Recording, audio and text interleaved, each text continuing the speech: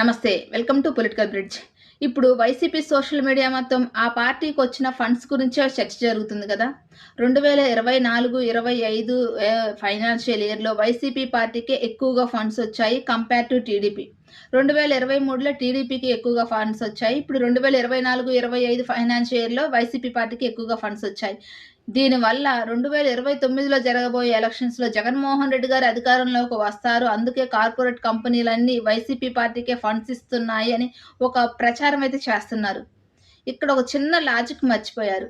2024 financial year అంటే ఇప్పుడు April 1 నుంచి 2025 మార్చి 31 వరకు. అంటే 2024 ఏప్రిల్లో ఉంది ఎవరు అధికారంలో? జగన్మోహన్ రెడ్డి గారే కదా. మేలో ఎలక్షన్స్ జరిగాయి, రిజల్ట్ జూన్లో వచ్చాయి. ఒక నెలన్నర వరకు అధికారంలో ఉంది జగన్మోహన్ రెడ్డి గారే. మరి అధికారంలో ఉన్న పార్టీకే కదా ఫండ్స్ ఎక్కువగా వచ్చేది. అది ఎలక్షన్స్ టైం. కార్పొరేట్ కంపెనీలు కానీ ఎవరైనా సరే ఫండ్స్ ఇచ్చేయి అధికార పార్టీకే ఇస్తారు. ఎవరైతే అధికారంలో ఉంటారో వాళ్ళకే ఇస్తారు, ఎందుకంటే పనులు జరగడానికి. అంతేకాదు వైనాట్ 175 అని చెప్పేసి జగన్మోహన్ రెడ్డి గారు చాలా ధీమాగా ఎలక్షన్స్కి వెళ్ళారు. ఒకవేళ ఆ నమ్మకంతో కార్పొరేట్ కంపెనీలు ఫండ్స్ ఇచ్చాయేమో ఒకసారి ఆలోచించండి. మీరేమంటారు? కామెంట్ చేయండి. వీడియో నచ్చితే లైక్ చేయండి, షేర్ చేయండి, సబ్స్క్రైబ్.